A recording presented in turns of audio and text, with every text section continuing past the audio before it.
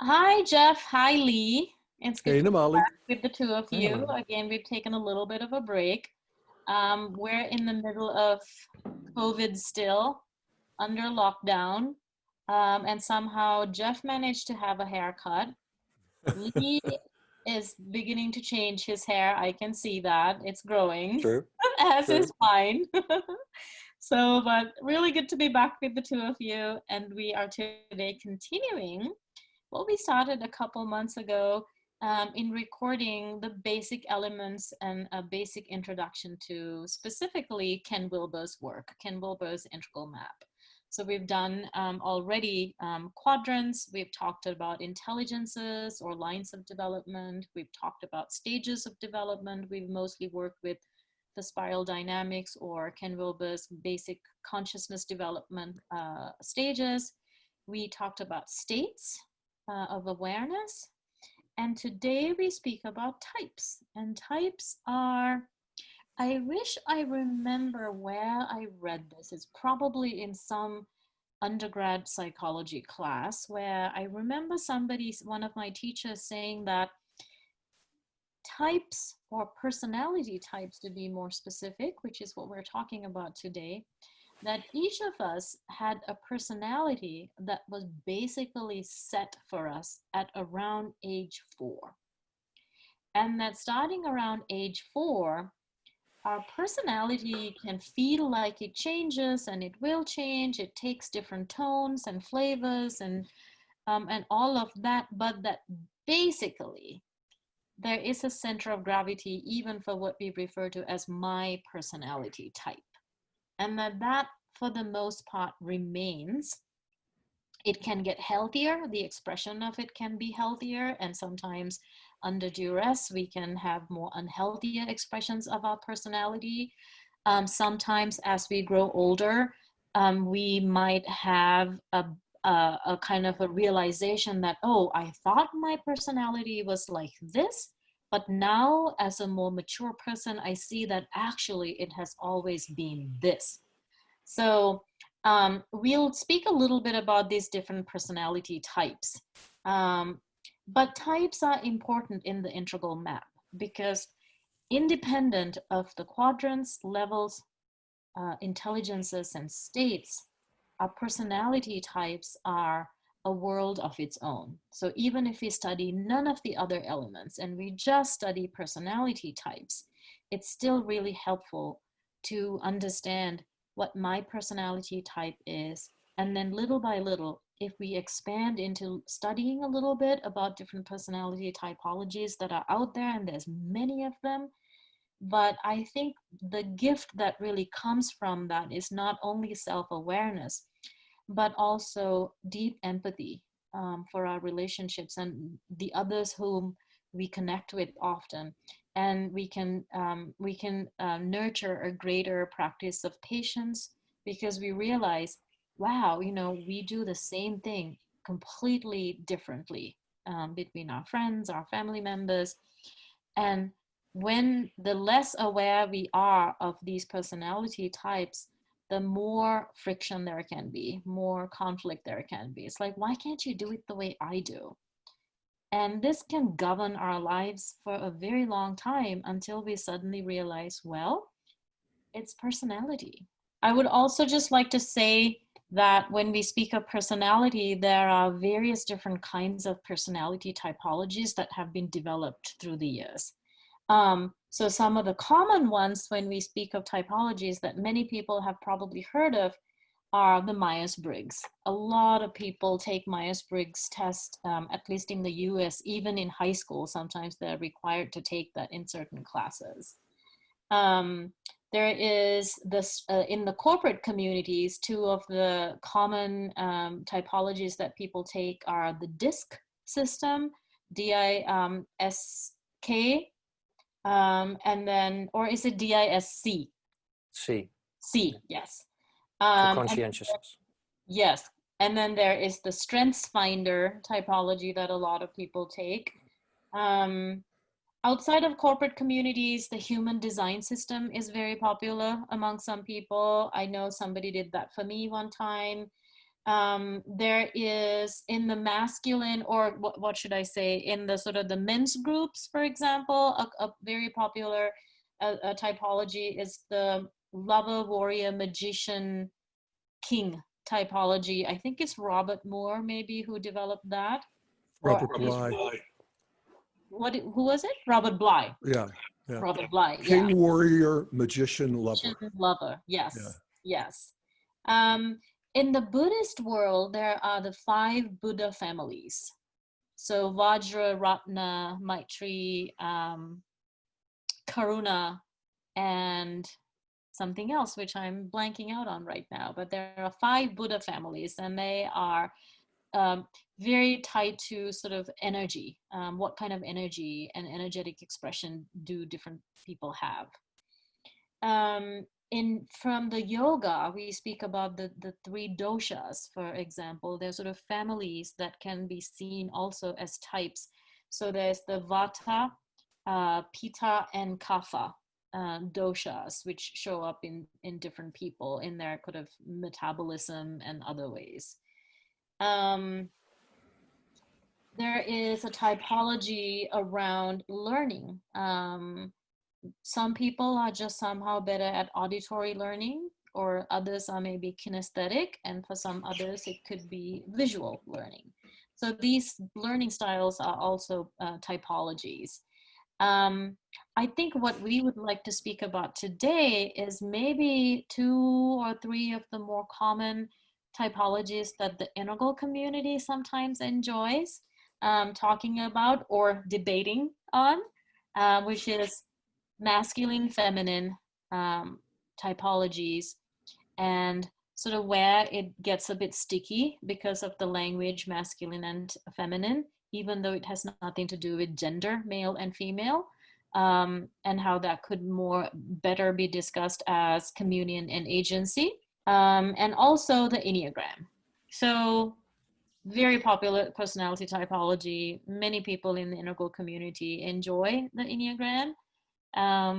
So these are some of the common typologies. There's so many, including even astrology, which for some people is a really important typology. I personally don't know anything about astrology, but I know it's important for some people. So yeah, thank you. Good introduction, Amali. And indeed, I saw Jeff and myself nodding when you said that the benefit of knowing these personality types is that you can experience more understanding and therefore more compassion towards both others and yourself. And it does really, it makes it much easier to sort of look with humor and with wisdom at our own self and the selves of others. So that's absolutely a good motivation for studying types. And as you said, we'll be looking at types predominantly in the upper left quadrant, where we look at personality types, but it's also useful to very briefly sort of understand how types show up across the 4 quadrants. So we're now indeed at the still in the COVID-19 coronavirus pandemic. And if we look at the upper right quadrant of basically units of matter, so we could say that virus particles could belong in the upper right as sort of units of human biology or the biological world, then we could say that COVID-19 is a particular type of virus. And why that's important to distinguish between types is, for instance, if you're prescribing medication to deal with a virus, to combat a virus, then you need different types of medication for different types of viruses. And we don't need to get into the specifics of types of viruses, but there's approximately like 7 families of viruses, and that just tells us that not all viruses are the same. So distinguishing in types of viruses can help us to more effectively sort of combat and deal with viruses. So that's an example of a type in the upper right, individual exterior quadrant. And another example of a type there would perhaps be types of human teeth. So we have our milk teeth or our infant teeth, or the teeth we have when we're a child. And then we have our set of adult teeth if everything goes well. So those are two types of teeth. And we also have types of naturally occurring hair color. So we have blonde hair, black hair, brown hair, red hair, and gray hair, of course. So those are types in the upper right quadrant. Then if we look at the lower right quadrant, the way that types show up there is, for instance, types of currency. So we have the Japanese yen, or the British pound, or things like that. And we also have types of jobs. So different types of people have different types of jobs. And why it's, again, useful to distinguish between types of jobs, for instance, is so that we can create educational programs that help people to become a particular type of person within society. So looking at the lower left quadrant of the collective interior we dimension, we can have different types of shared beliefs, for instance. So we can say that a belief that there is a God, for instance, or a belief that there is no God, that those are different types of beliefs that we can share with people whom we're in contact with. And again, it's very useful to distinguish between different types of shared beliefs, especially so we can be sensitive to people we're interacting with. And then indeed, moving up to the upper left individual interior I dimension, so the upper left quadrant, that's where we find the personality types. And normally I liked how you introduced it, and I perhaps would go even further and say that many parents experience that their infants already have particular personality types that are more or less defined very soon after birth, and that sort of stay consistent throughout life. So one of the ways that I personally think about personality types is that just like we have types of physical bodies, you can also have types of sort of orientations of the psyche, so ways that we orient as human beings internally to the world. And we'll speak more about this later, of course. Now, moving from personality types to another typology that can be useful, and that's the typology of masculinity and femininity. And many people intuitively have a sense of what that means to, for something, a phenomenon to be more masculine or more feminine. And even in language, we see, for instance, normally you and I were speaking about the French language, which is heavily gendered, where you see different types of masculine and feminine words. And that can also be a very useful perspective to use to look at our own personal behavior, our own tendencies in a more masculine or more feminine way. But at the same time, if we go through levels of development that we've been describing during earlier calls, then we've described the level of green, where we basically become very sensitive to oppression and to victims of oppression. And we also become sensitive to the ways that language, for instance, can sometimes be sexist or can be exclusionary. So especially for people who associate with a green level of development in various lines of development, or intelligences, it can be more useful to replace the masculinity and femininity typology with the typology of communion and agency, which are terms, as far as I know, introduced by the researcher David Bakan. And basically, communion and agency are different ways of describing masculinity and femininity. And Jeff, perhaps we can ask you later to say more about these topics. Well, yeah, it's fascinating, isn't it? how we are all wired differently and how we are all bring in different karmas. I might even argue that our typology precedes this life, in the sense of the karmas that we're bringing in, taking out, and, we can ponder that mystery. But, when I think of what typology thinking has done for me, it's real simple. I used to think that everybody was a defective version of me. For decades, I thought that. And because, the world presents itself to me as it does to each of us. And, I see what I see and I process it the way I process it. And if you don't, it's like, what's wrong with you? It's obviously this way.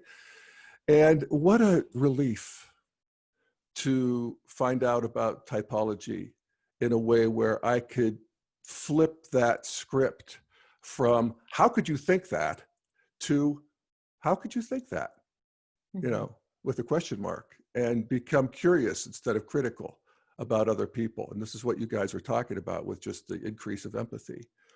And then also to see myself more clearly. And you talk about the Enneagram, Namali. I think that's probably the core typology of integral, and Myers-Briggs too. And the truth is, for me, I've dipped into a few of them, the Buddha families and human design and this and that. They've all been powerful. Mm-hmm. They've all been, it's like, how did you know me? Mm-hmm. I'm a Myers-Briggs INFP. It's like textbook. I'm an Enneagram 5 textbook. It's like, I don't know which one. It's funny. It sort of points to this infinite cloud of who we are, the possibilities. And when we lay these maps on that, they do bring a clarity. And each one does it differently, but I appreciate them all. Mm-hmm. So it's interesting to also, and this is what you were talking about, Lee, about thinking about types in the lower left, and how just sort of the winds of collective karma cohere in different times and places to create cultures as different as the Italians and the British, and the Greeks and the Chinese. And I'm sure people in Africa who know the continent, I don't, or South America who know it better, all these countries have personalities and types that are, very, very discernible. And again, when you appreciate that it takes all sorts to make the world, then this is sort of this realization of where you get hungry for diversity, because you realize that we need all of these perspectives to make a party and to make a party fun. Mm-hmm. And so that's the gift of studying typology to me. Masculine and feminine typology has been used in the integral community for a while. And also, I remember it always sort of caused a little bit of discomfort among some people, and perhaps rightly so, and perhaps sometimes not so rightly so. In other words, I think for some of us, it's easier to relax around the terminology and just simply sit with the essence of the teaching in some ways, but I think we can also still be sensitive. So feminine and masculine typology or types of being doesn't have anything to do with one's gender. So if I tell Jeff, your being, that way of being is very feminine when you do that, or how you do that, I'm not saying to Jeff that, Jeff, you're like a woman. That's not the idea behind using masculine and feminine type terms for certain types of being.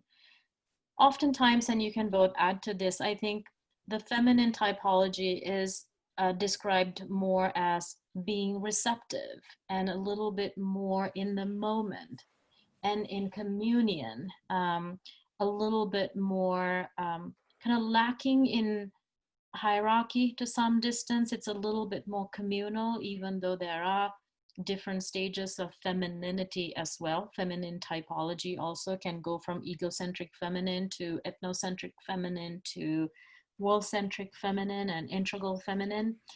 And men, women, and non-binary identifying people, we can all have these feminine ways of being in the world, which is typically learning to be more receptive, learning to act from the moment, learning to commune with people more, relational. It's very relational way of being. And the masculine way of being could be described as more directive rather than more receptive. So it's more vision oriented. Here's the future, and I have a direction, and I'm going to go to that. It's more focused, it's more concentrated.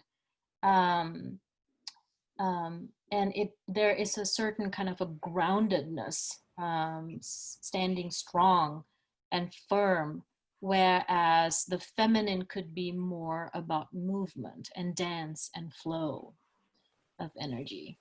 And so men and women and non-binary identifying people, we can all be inhabiting these ways of being, more directive, more or more receptive, and more thinking oriented, a little bit more heady, to a little bit more feelings oriented, which is perhaps a little bit more female, or sorry, feminine orienting.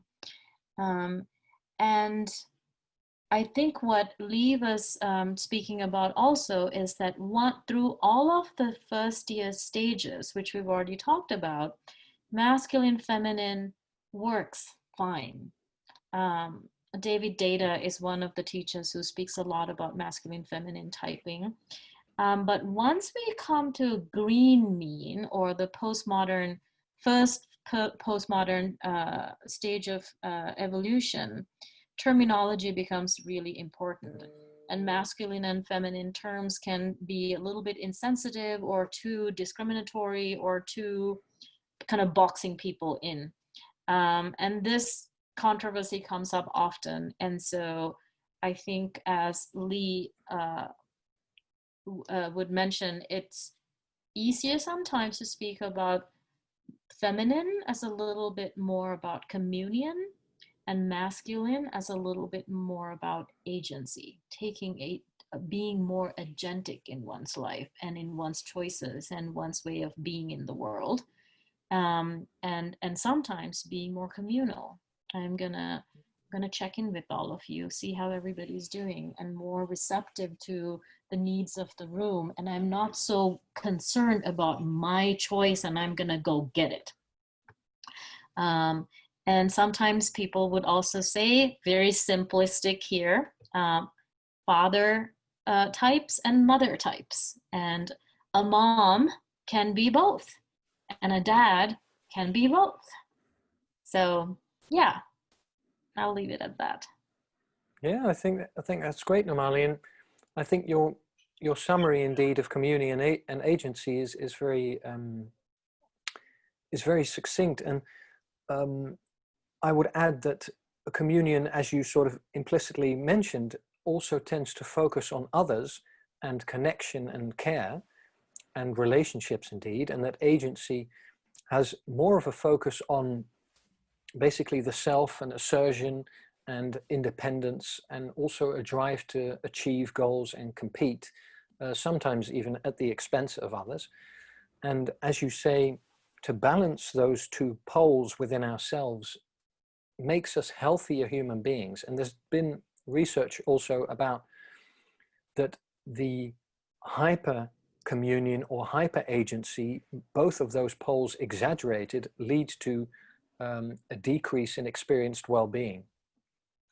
And also perhaps interesting to add is that, as you were saying about the feeling and thinking split across femininity and masculinity, as far as I'm aware, the studies that I've read do show correlations, greater correlations between communion and female human beings, and between agency and male human beings. And also within the MBTI research, more females tend to be feeling oriented and more males tend to be thinking oriented. So there is, of course, a correlation, but the sensitivity you discussed, and I agree with, lies in the fact that we then don't make that a rigid causal relationship. Mm-hmm. Yeah, I think,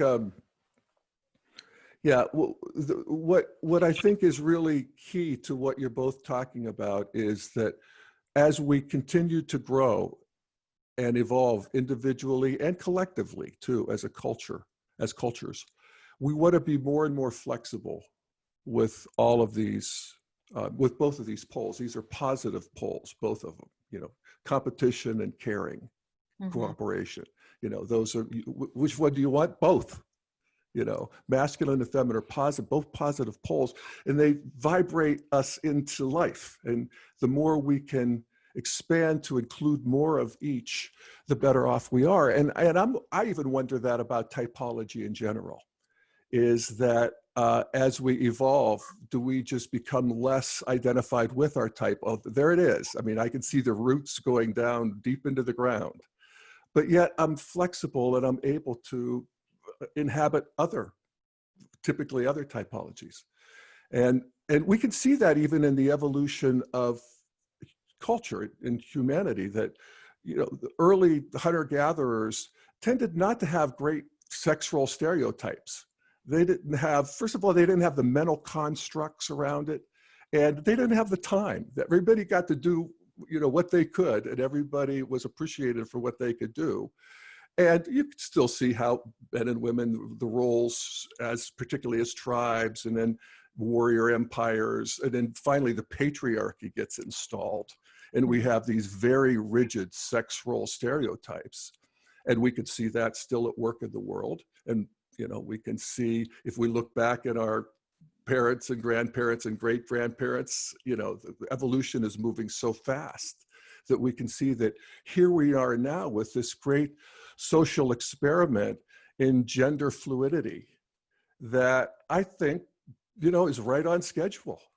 And, you know, it's a mess, and welcome to evolution. But I think we are moving into stages where, you know, everybody gets to be Judge Judy some days, you know, a female with tremendous masculine energy. I mean, more masculine energy than most men I can think of. Or Mr. Rogers, you know, a female or a male human being with, you know, good Lord, how he radiates that sort of loving, caring, maternal thing. And we'll all be able to do that. We may have different phases in our life where we want to be one or the other. You know, it'll be different. But that movement towards greater, first of all, differentiation, so we can see a bigger playing field of what masculine and feminine is. And then integration, where we can inhabit all of it or more of it. Yes. And again, I think that may be true for types in general as we grow. So it's, you know, hallelujah. Yeah. Yeah, I think it's interesting because types are not completely devoid of, it's not completely disconnected from stages of evolution. In other words, whatever type we might feel is our personality type expresses itself in healthy and unhealthy ways. And as we evolve, I think we can loosen loosen up a little bit more. Is what you were, I think, talking about also, Jeff, which is really a good reminder, because yeah, I think there can be, you know, people speak about feminine leadership or masculine leadership styles, for example. Whatever it is, if the leader, him or herself or themselves, are egocentric, then the expression of that leadership type is going to be egocentric. If it is ethnocentric, then it is going to be an ethnocentric way of leadership. Like, for example, I think at some point we'll, I'm sure, talk about Donald Trump.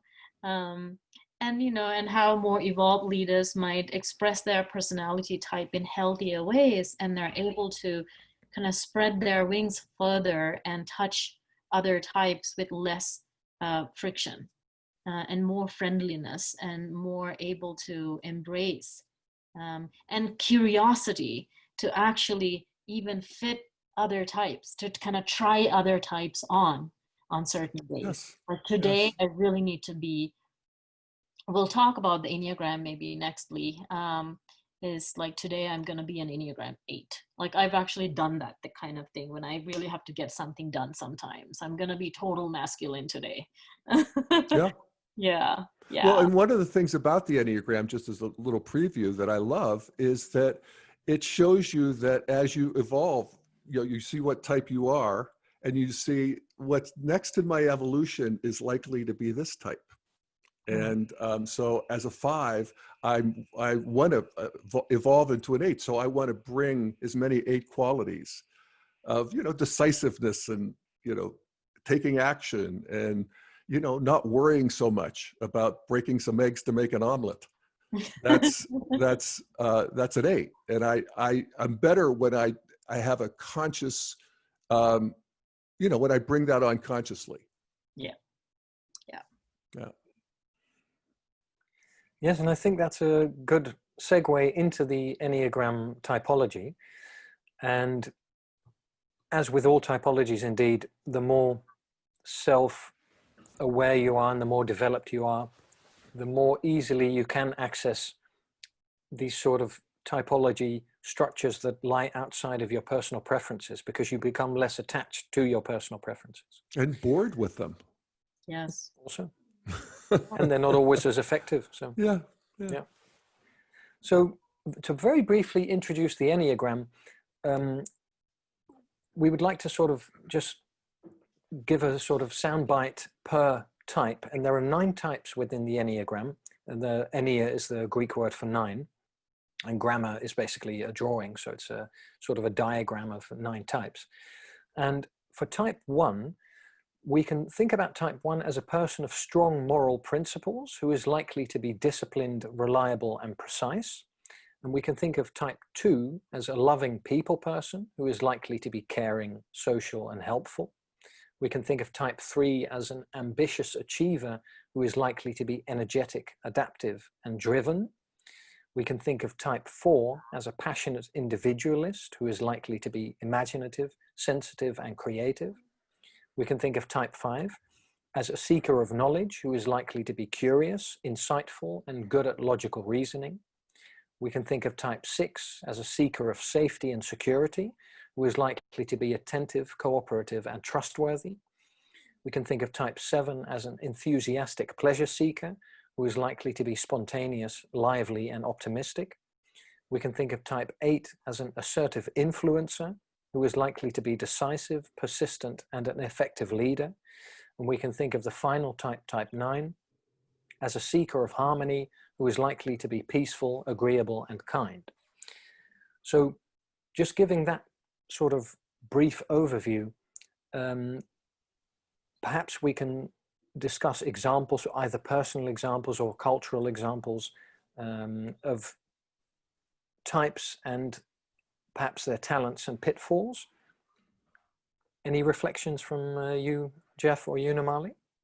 I like to start with type 8 because that's how the Enneagram Institute and its founders, Don Riso and Russ Hudson, speaks about. They always begin their workshops with type 8. And that's because the type 8 is the go-getter, is one of the most activated types, activated to go get things done. Very strong, you know, we could say somewhat masculine oriented, more doing oriented, more decisive, direct oriented type. And so 8s like to go out there and they like to kind of knock things around a little bit and get it done somehow.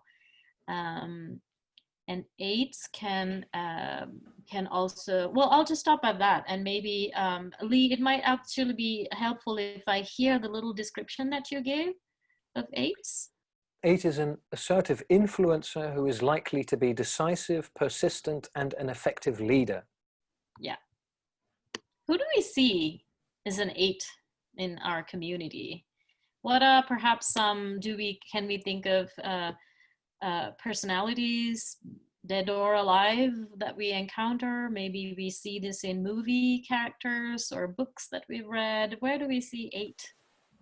Even culturally as a whole, which is always a generalization, but it's still helpful sometimes. Well, I'll tell you, this is a little from left field, but I'm watching a documentary right now on Imelda Marcos, who was the first lady of the Philippines back during the Marcos dictatorship, she and her husband. And he was a 1. He was technocratic, he was precise, he was very sort of focused, but she was an 8. And she just lived for power. She was an unhealthy 8 in that way. And for instance, she wanted to she took a trip to Africa, and she wanted to create an African paradise in the Philippines because they have all these islands. And so she got rid of all the people on this one island, like several hundred families. It was, wasn't that populated. But then she brought the elephants and the giraffes over, and all of that, all of the megafauna from Africa. And that was she just did it, and she could do anything she wanted. And yet it was also interesting because she's like Judge Judy in the way. I mean, well, actually, no. What she was in addition to being an 8, she was very feminine. So she was like Big Mama. So it's a very good example of femininity in an 8 package. Ah, nice. Yeah, and we can see that. I have a couple of women friends who are 8s. I think that women probably in our culture, with the way at the stage we are, and certainly earlier, women 8s had a much harder time. Mm-hmm.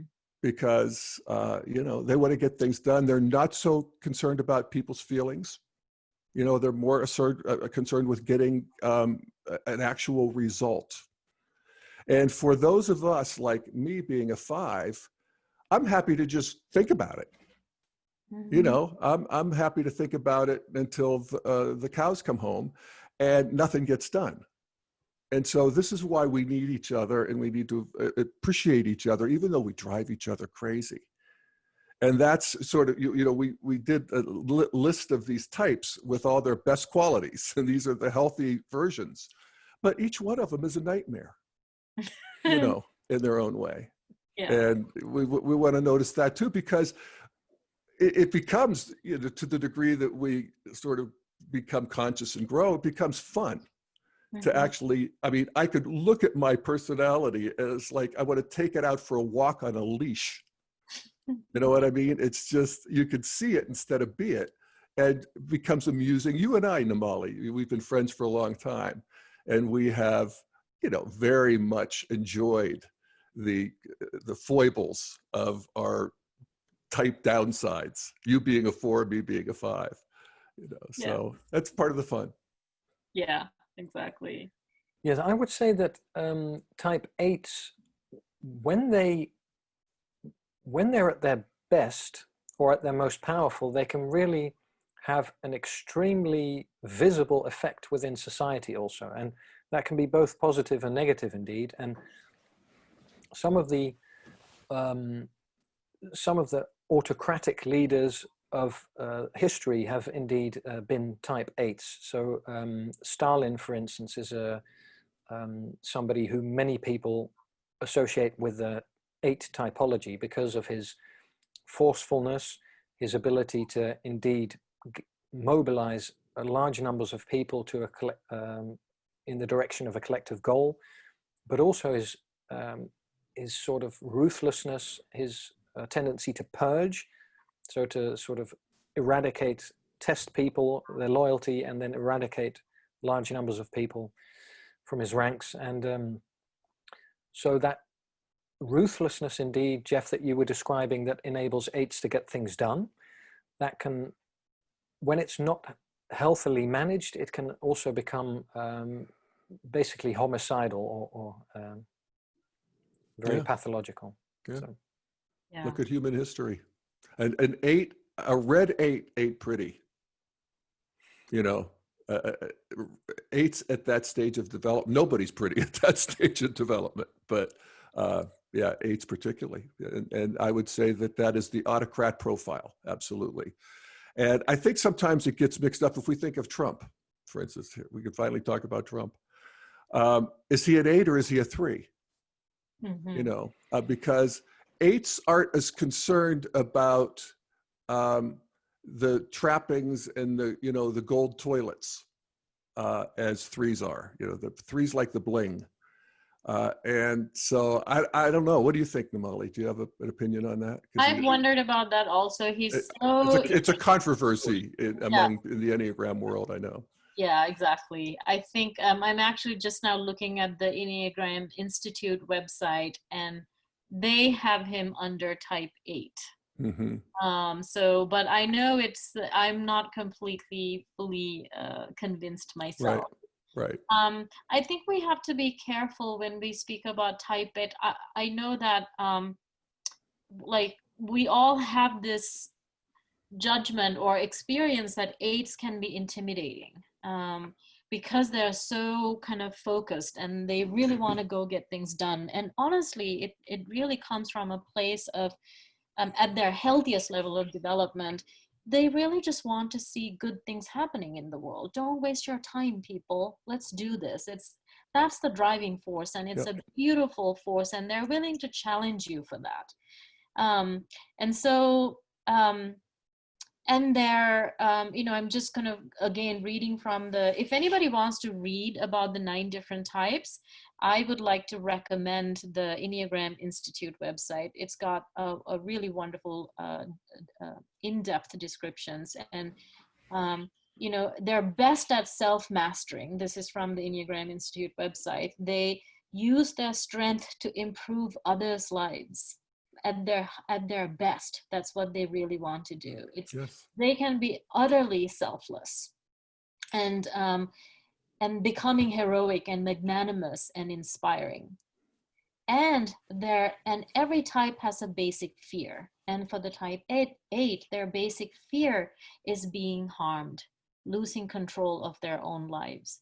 And so they have different coping mechanisms of not letting that happen, of losing control. So for me, I recently watched The Irishman, a Netflix series, a movie actually, and I could see how the Robert De Niro character is such an 8 character.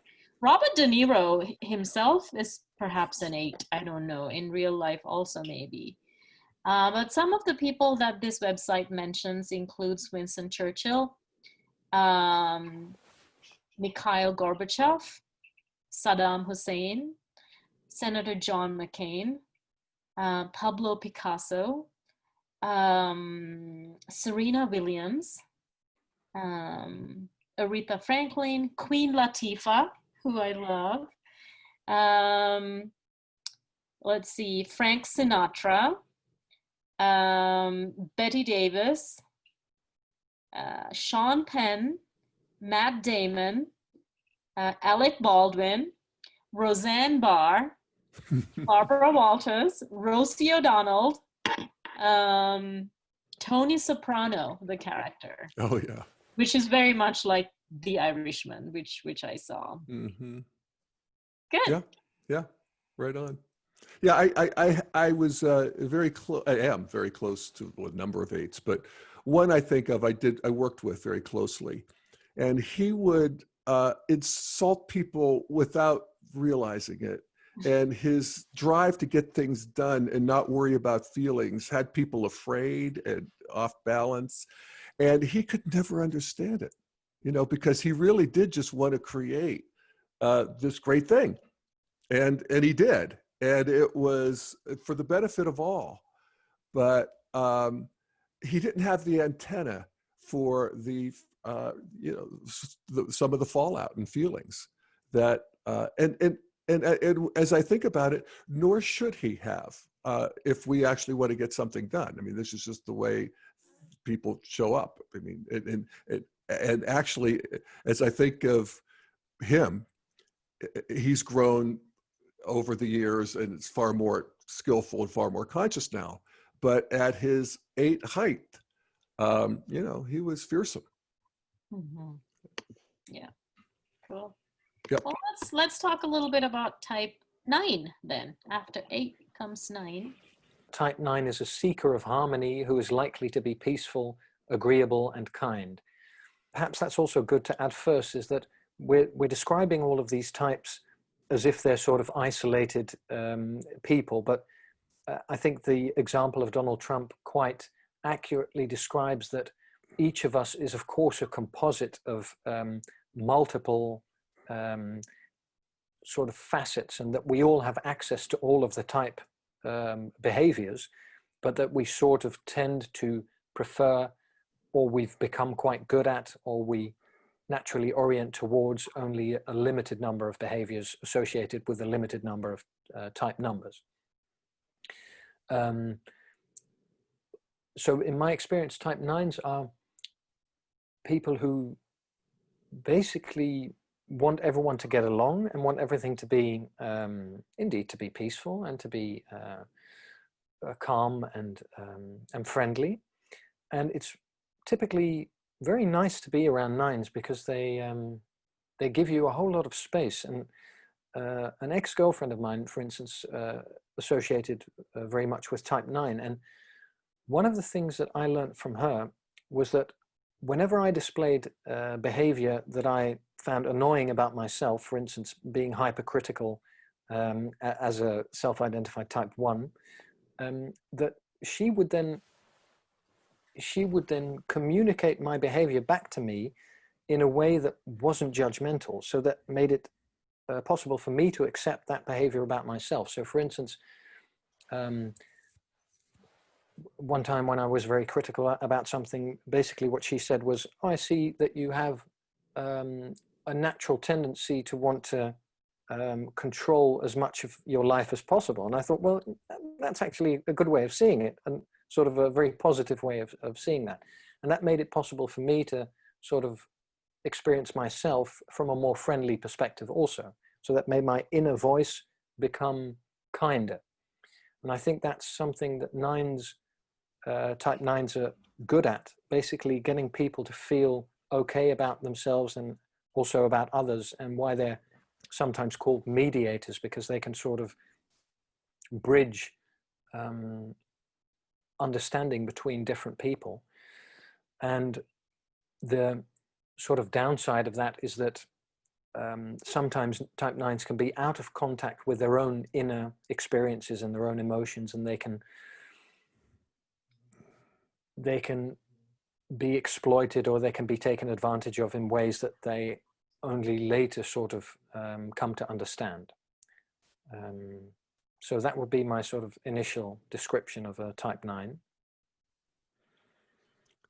Namali, you have a list of people there for us? Yes. So according to the Enneagram Institute website, again, at their best, they're indomitable, all embracing, and they're able to bring people together and heal conflicts. And their basic fear is a loss of separation. And I think kind of that may be also alluding to the fear of conflict. So 9s are often really afraid to kind of stick their nose out too much or stick their thumb out, because it could topple the apple cart, and then, oh my God, there's too much friction and too much conflict for me to have to deal with. And so they generally tend to try to merge as much as possible. And that's very diplomatic, and it's beautiful, but also to their detriment sometimes, because some 9s struggle to really stand out and show up and take charge of their lives.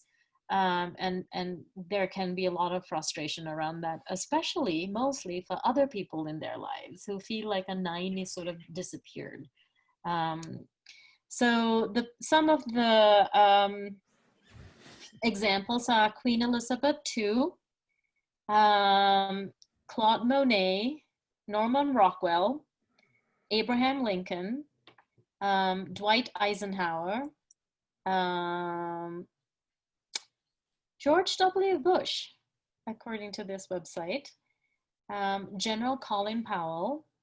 He's trying to find some more internationally known people. Carl Rogers, Tony Bennett, Ringo Starr of the Beatles, Carlos Santana, James Taylor, the musician, Jack Johnson, the musician. I can sort of hear the peacefulness in all his music, actually. He's from Hawaii. Audrey Hepburn, Sophia Loren, Kevin Costner, Jeff Bridges, Morgan Freeman, Whoopi Goldberg. I really doubt, I don't know about that, but anyway. Mr. Rogers. I would have put Mr. Rogers in type 2 perhaps, but anyway. So these are some of the names that are there. Yeah, and you could feel, I mean, I don't agree with all of those either, actually, and I stumble on the couple that you did as well. But for the most part, I think that those are really right. And there's something that you can feel about all of them that is that 9-ishness, right? Mm-hmm. It's a spaciousness.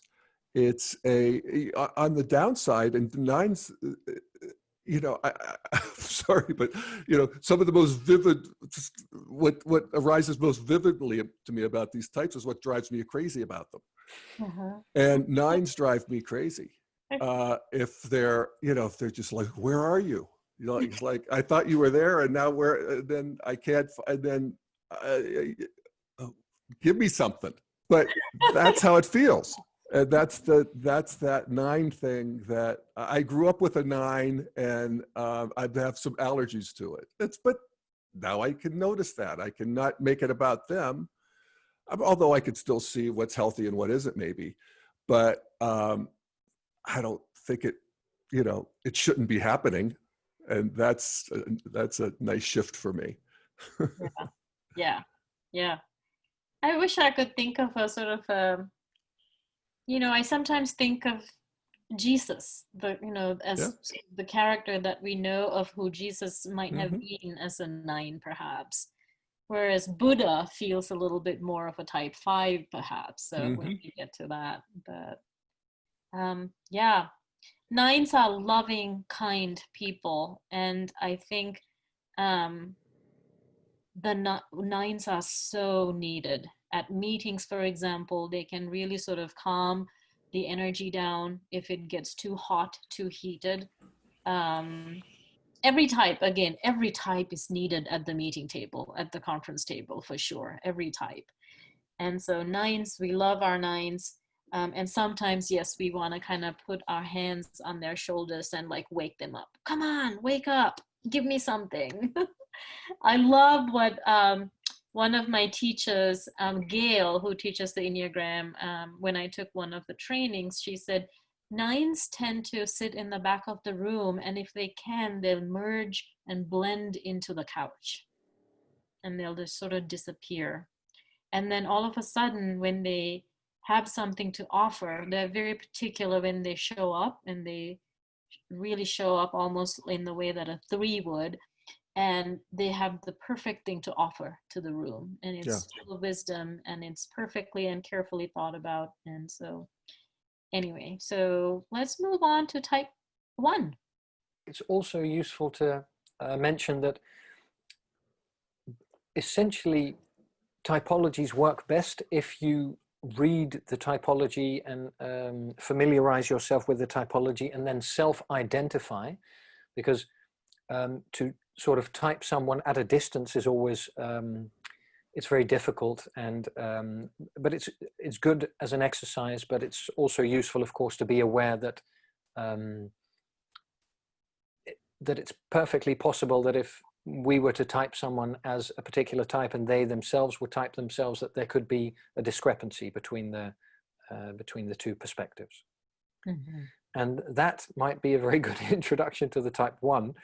The type 1 is a person of strong moral principles who is likely to be disciplined, reliable, and precise.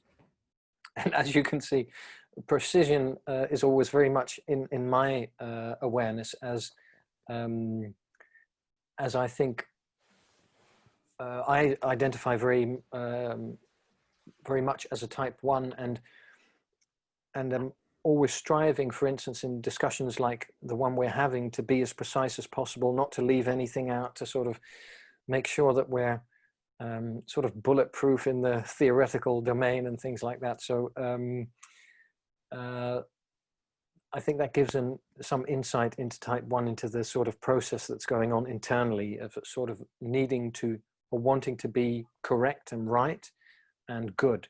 So those are sort of motivations for many type 1s. And also and of course, just, right? To be just, pardon? to be fair. Yes, absolutely. And just. Yeah. Yeah, absolutely. And so the downside of that is a sort of a certain rigidity and a certain uptightness which can come from that. So it's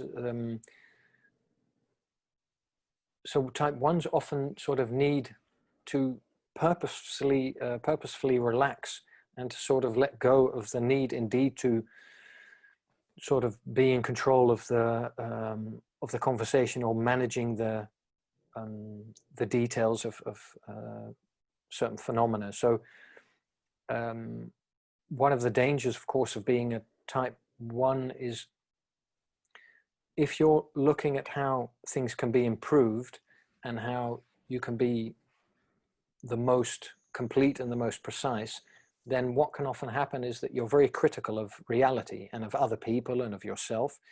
And that, if that is exaggerated, that can become very cruel and very hurtful oftentimes.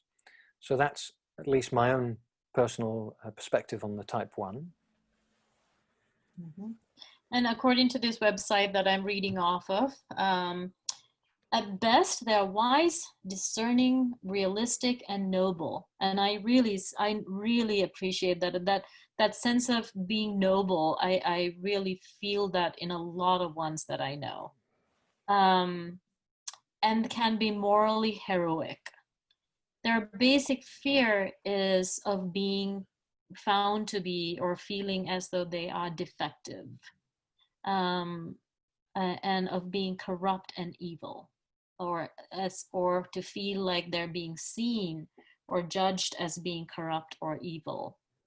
Some of the some of the type 1s that I think we might know of include Plato, Mahatma Gandhi, Pope John Paul II, Nelson Mandela, Margaret Thatcher, Prince Charles, Jimmy Carter, Michelle Obama, Al Gore, Hillary Clinton, Rudy Giuliani, Osama bin Laden, Dr. Jack Kevorkian, if anybody remembers who that was, the doctor who pushed for euthanasia.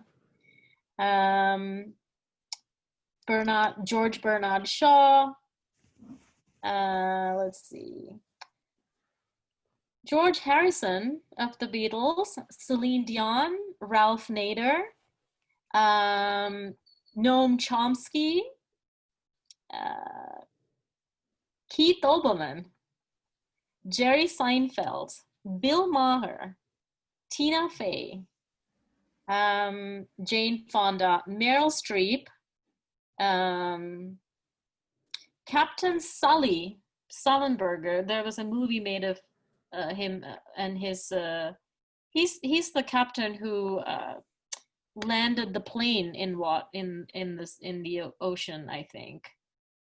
Mary Poppins, and the Saturday Night Live's church lady. Yeah.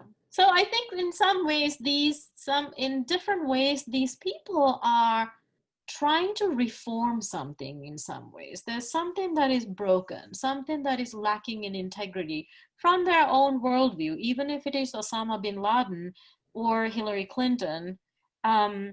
There is some ways in which I've often wondered if Bernie Sanders belongs in here as well.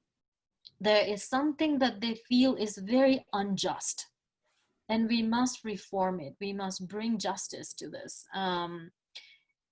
So again, a beautiful inspiration and aspiration. And the underbelly of it is, the shadow of this is sometimes that there can be feelings of judging others because they're not actually of their standard. They don't have a high bar as I do. Or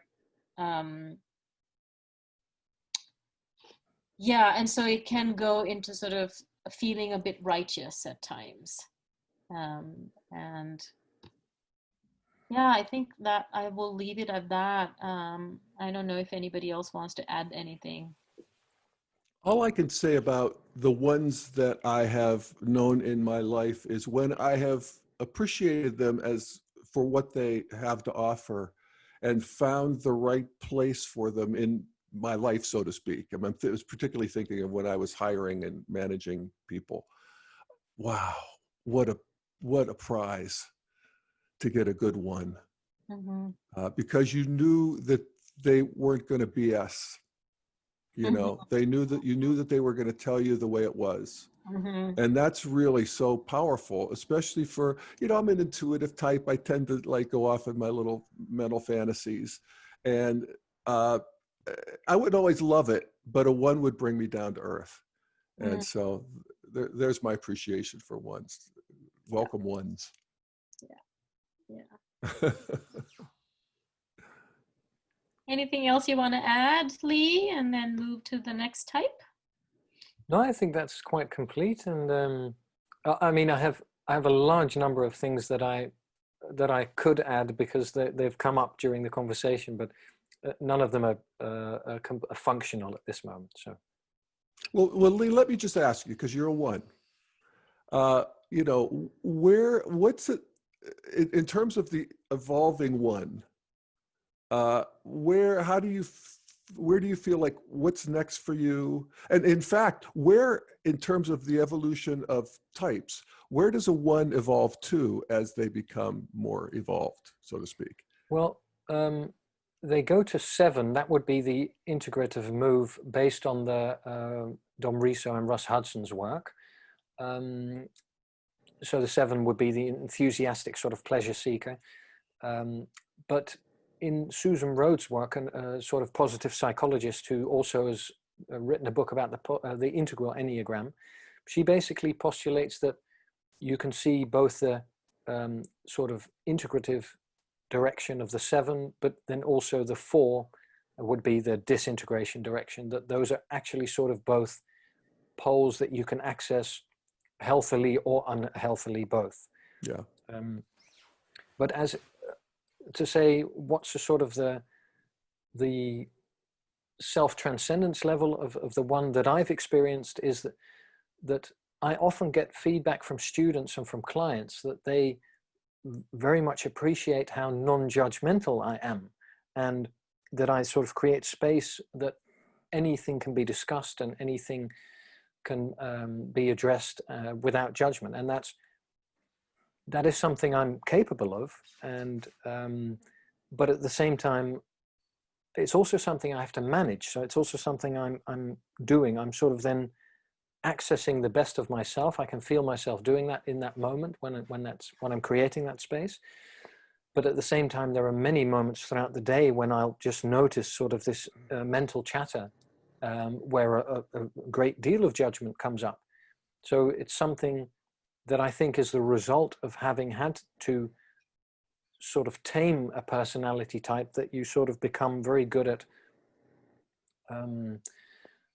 dealing with the shadow aspects of a personality type, and then by doing so you sort of are able to bring forth the light of that type more easily. Yeah, well said. Yeah. Very good. So moving on to type 2, which we described as a loving people person who is likely to be caring, social, and helpful. So Jeff, could you sort of give us a description of 2s from your perspective? Yeah. They're all of that. And Would you like me to read a little? yeah, why don't you? Yeah, because yeah. Yeah, so maybe just to get a little bit more into the 2. This description is 2s are empathetic, sincere, and warm-hearted. They're friendly, generous, and self-sacrificing. But again, on the other side, it can also be that they're sentimental, flattering, and people-pleasing. They are well-meaning and driven to be close to others, but can slip into doing things for others in order to be needed, in order to be indispensable. So they typically have problems with possessiveness and with acknowledging their own needs. At their best, they're unselfish, altruistic, and they have unconditional love for others. And their basic fear is of being unwanted, unworthy of being loved. Some of the examples that have been that are presented here include Guru Ammaji. If anybody is familiar, he is the hugging saint, known as the hugging person who just hugs people. Byron Katie, Bishop Desmond Tutu, Eleanor Roosevelt, Nancy Reagan, Monica Lewinsky, Richard Simmons, John Denver, Lionel Richie, Stevie Wonder, Barry Manilow, Dolly Parton, Josh Groban, Bobby McFerrin, Elizabeth Taylor, Martin Sheen, Arsenio Hall, Eve Harrington, and Dr. McCoy of Star Trek, Melanie Hamilton Wilkes of Gone with the Wind. So I think these are a little bit sort of very American-centric for the most part, but that's okay. But yeah, Jeff, what do you think? Well, when I think of the 2s I know, I love them. Mm-hmm. You know, and I think of a couple in particular where even thinking of them, I feel a warmth arise in my subtle body, you know, and I feel a relaxation. And one of the things I love most about the 2s I know is just how they help you, let you feel seen. Mm-hmm. You know, they really do take the time to see you and see what's going on and give you their full attention. And that's, you know, that's not so easy to come by. It really isn't. It's funny. I mean, we can all do that and we can all get better at that, but 2s are naturally, you know, it's like nectar with a good 2.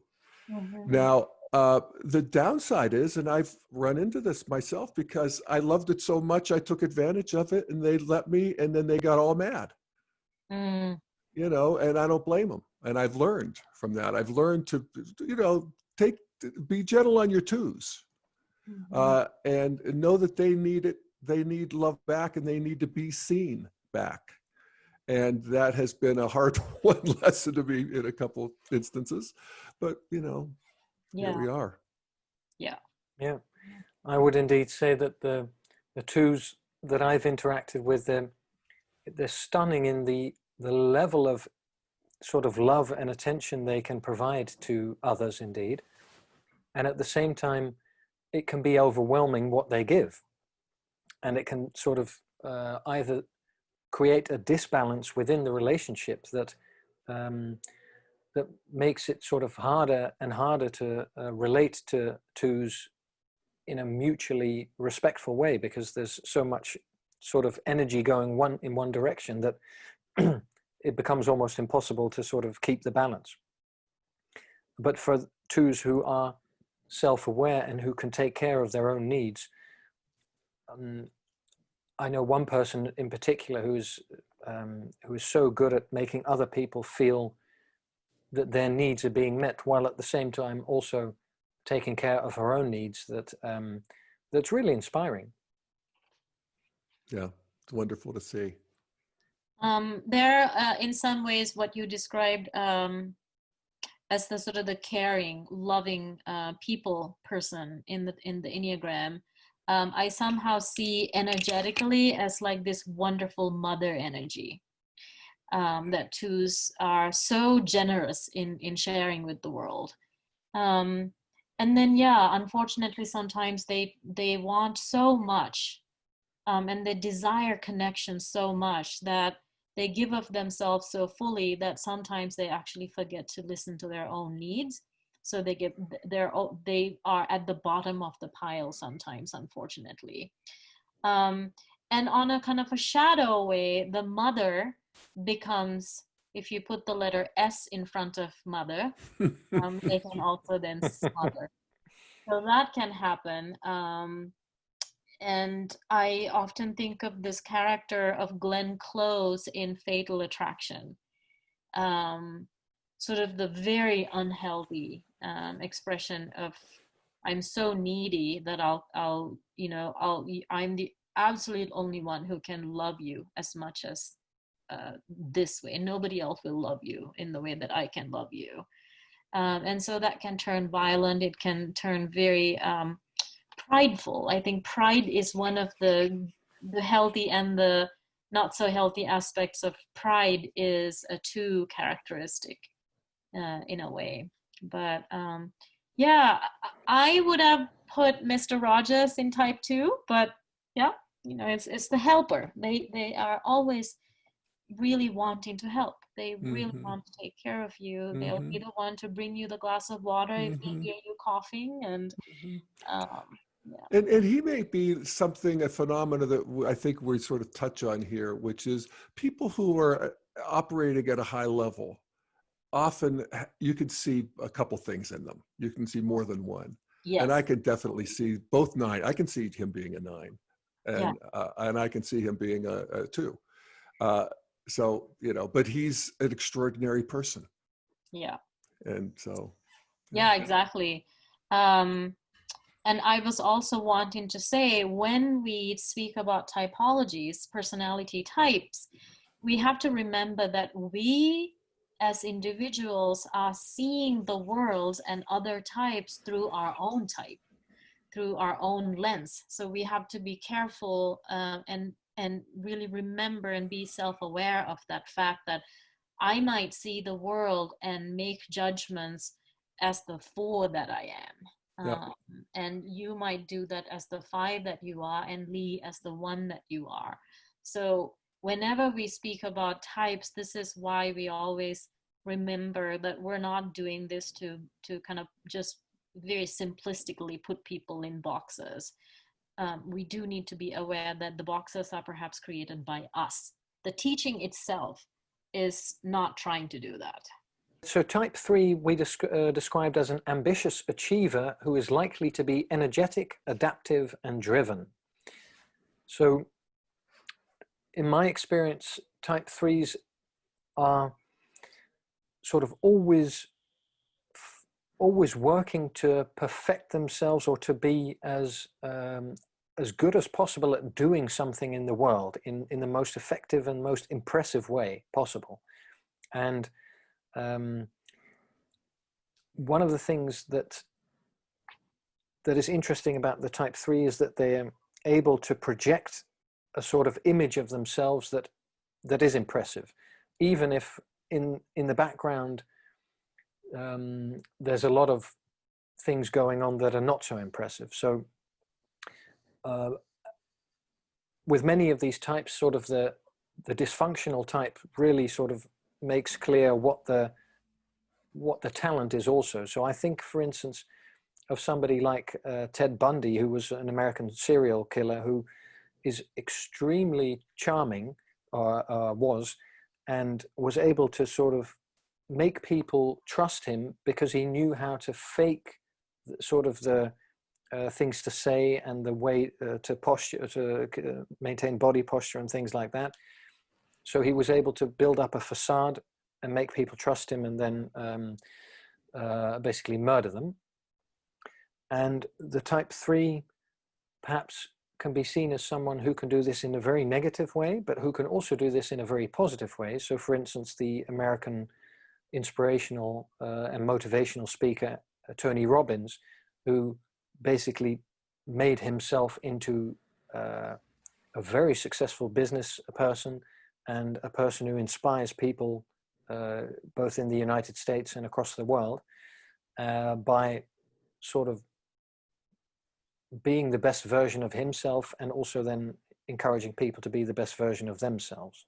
They're self-assured, attractive, and charming.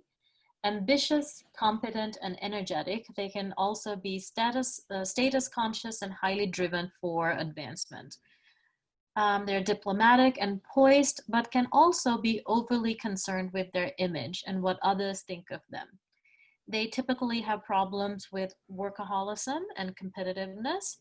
At their best, they're self-accepting, authentic, everything they seem to be, a role model who inspires others. And their basic fear is of being worthless. So yeah, they're sort of like the great chameleons. They can really charm you, and depending on who their company is and depending on what they are wanting to achieve, they can really kind of change their tune or change their color, change their flavor, and kind of get what they want somehow. And so you really want someone like a great leader who would be amazing for all of us if they are that dedicated to getting what is really good for us all eventually, at a world-centric and a more a higher level of development. They're not worried about themselves. They're really just trying really hard, and they will, by hook or by crook, they will try to accomplish what they want for the greater good of the whole, in many ways. And then, yeah, just like every other type, they have their downside, their underbelly, shadow, which can get too involved in what they look like. And some of us might think of Trump as a type 3, just in the sense of how much he wants to or gets validation from how many people showed up at a rally. Did you see my ratings? Did you see the polling? How do I look? Look at my gold toilet. And so yeah. So yeah, what do you think, Jeff? Yeah, well, yeah, I tend to love my 3s, because I let them just go for it, and I enjoy it, and they're entertaining, and they whip things up into a froth, and they always have big plans, and they have good stories, and they've got the energy often of 3 people, Yeah. But you got to watch it, because you can't really 100% count on what they're telling you is true. And if you look deeper, you see that there's more to the story. So they're flashy, sometimes in a good way and sometimes not in a good way. And as you say, Namali, 3s are often easy to spot in their unhealthy behaviors, because they're bullshitters, and they're, and you can't really trust them, really. But at the highest levels, they are reality distortion machines in a way, but often to the good. And they're seeing a world that is, more sparkly and beautiful, and they want to pretend it's there already. It isn't quite, but they could lead the way in a way that's very exciting. It's fun to be with a healthy 3 when you're working on something together. Yeah. And so they're, welcome to the 3s. I mean, what would we do without them? Yeah. Some of the people that have been named here, let's say Bill Clinton, Tony Blair, Prince William, Condoleezza Rice, Arnold Schwarzenegger, Carl Lewis, I think that's the Olympian. Mitt Romney, Andy Warhol, Werner Erhard, Oprah Winfrey, Tony Robbins, who I think you just talked about Tony Robbins, Lee, Bernie Madoff, Michael Jordan, O.J. Simpson, Tiger Woods, Lance Armstrong, Elvis Presley, Madonna, Whitney Houston, Lady Gaga,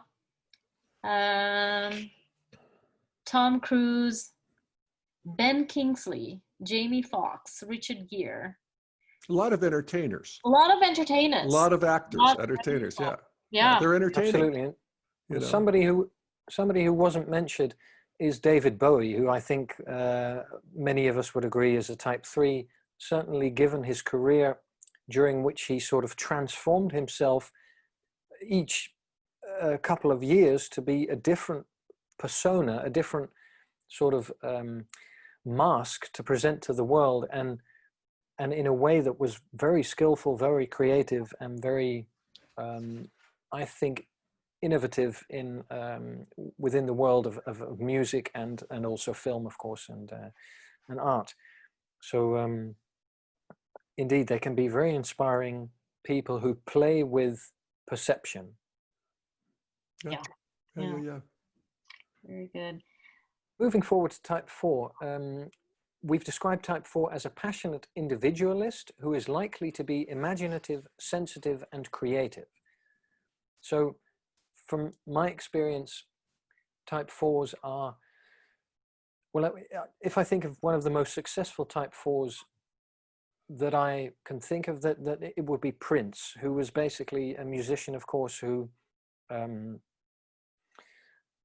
sort of tapped into the personal experiences and sort of made them into a universal type of music that really hadn't been explored before. So one of the quotations from Prince himself is that my only competition is me in the past, so he was very well aware that he sort of created this new domain of music that linked the personal and the universal in a very creative way. And of course, always very, very aware of his appearance and of having a very own individual style.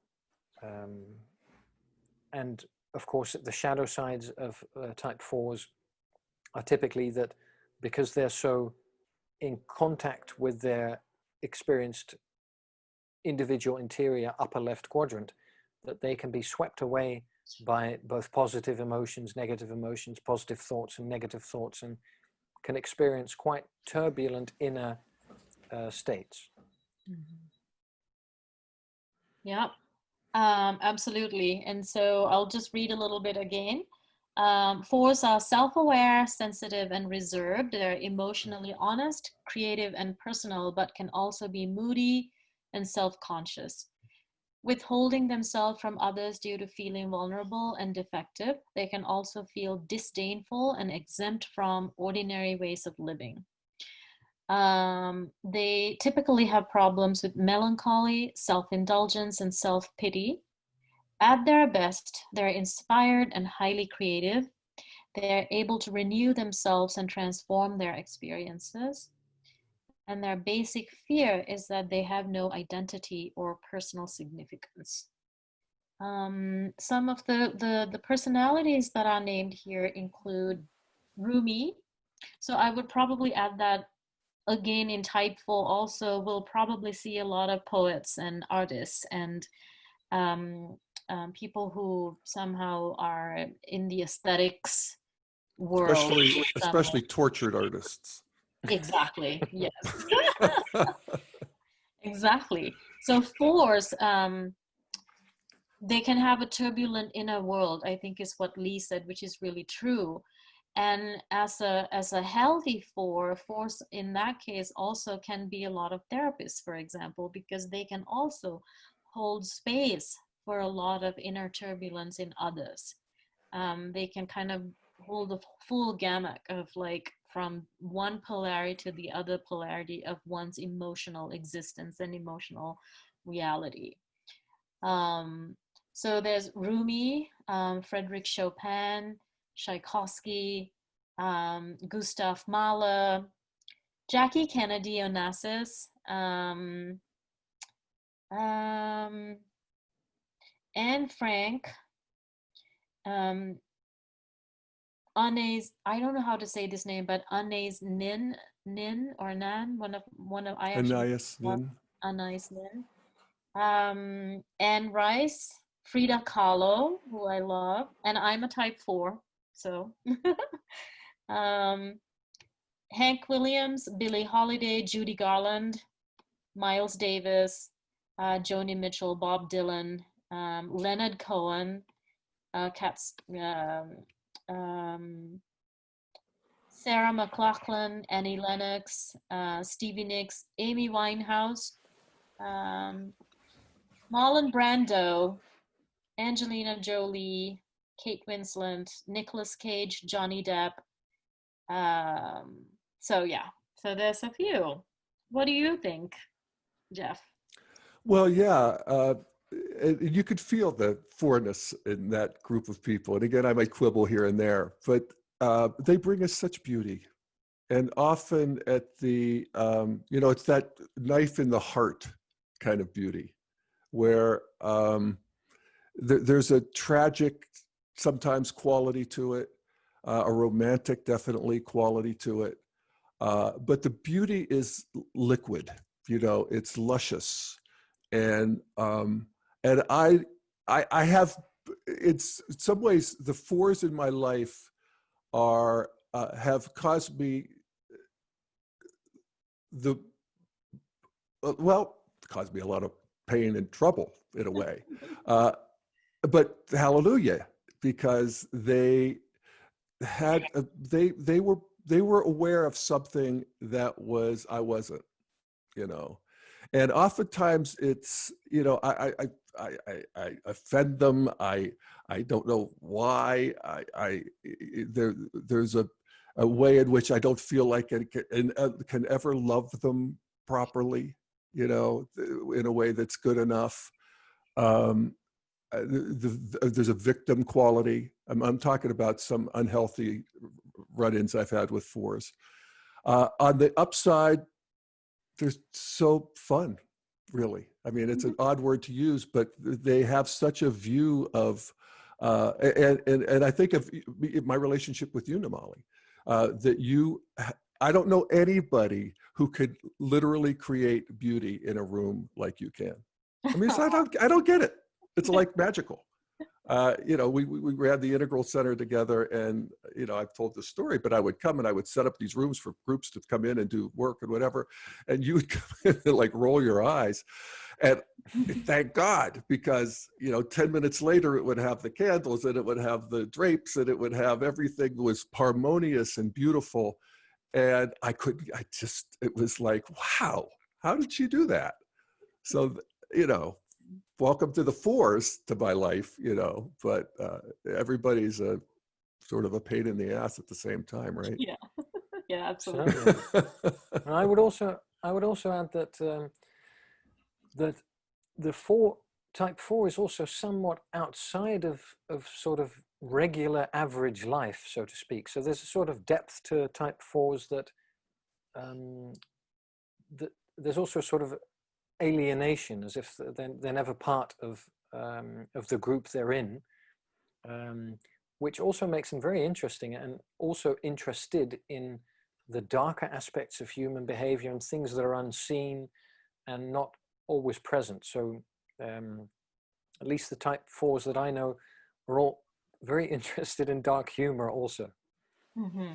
Yeah. They also seem to be very interested in calling me on my shit. And I am I've had about enough from my 4s. No, I'm just saying. There's an interesting thing that I heard from Ross Hudson, one of my favorite teachers in the Enneagram. When you look at the Enneagram diagram, the actual diagram of it, in the way that it's actually empty between type 4 and 5. there is the circle doesn't actually continue between type 4 and type 5. And what they say is that the upper three types, that are 8, 9, and 1, are often more sort of looking at the world and its brightness in a certain way, and it's gonna kind of the luminosity of the world. And type 4 and type 5, there's literally an abyss in the middle. There's nothing to hold on to. And so type 4s and type 5s can be seen as the ones who look a little bit at the darker side of life, or the darker mysteries in some ways. And we can either and both of these light people and the dark people, we can get lost in that. We can fall into there's a trap in both of that. And so, yeah, type 4s, in some ways, in the way Lee mentioned, there is a certain way in which they don't fully want to belong in the world as it is. There's a romantic idealization that somehow something else is always better. And I'm going to romanticize that to death. And I'm never going to be okay with just me as I am, just in this moment. And it's with the perfectness of the flaws as well. So they're very refined in what they tend to want to appreciate in life. And so anything that doesn't quite meet that bar can feel flippant or not useful, and kind of, so the present moment in its simplicity is never quite unique enough or special enough. In some ways, I have to make it more somehow. And so many, I would add to this, like definitely Prince and Michael Jackson and the likes, that were tortured really in many ways, and strived for something great. Many have achieved that. Many struggling, dying artists are also 4s who just can't move into that right-hand quadrant, away from the inner world of the upper left. So absolutely. Perhaps we end today at that. Yeah, good point. So next call we'll discuss the remaining types, which are 5, 6, and 7. So today we discussed types in general and types across the quadrants. We briefly discussed masculinity and femininity as a typology, and communion and agency as a more sensitive version of that typology. And then we discussed indeed personality types and the Enneagram, which is one of the most used typologies within the integral community. And we discussed the types 9, 1, 2, 3, and 4. And next time we'll discuss 5, 6, and 7. Oh, 8. We also discussed 8 today, of course. So thanks, Jeff, and thanks, Namali, and thanks, everyone. And we'll see each other on the next call. all right. Thank Thanks, you. folks. Bye-bye. Bye-bye.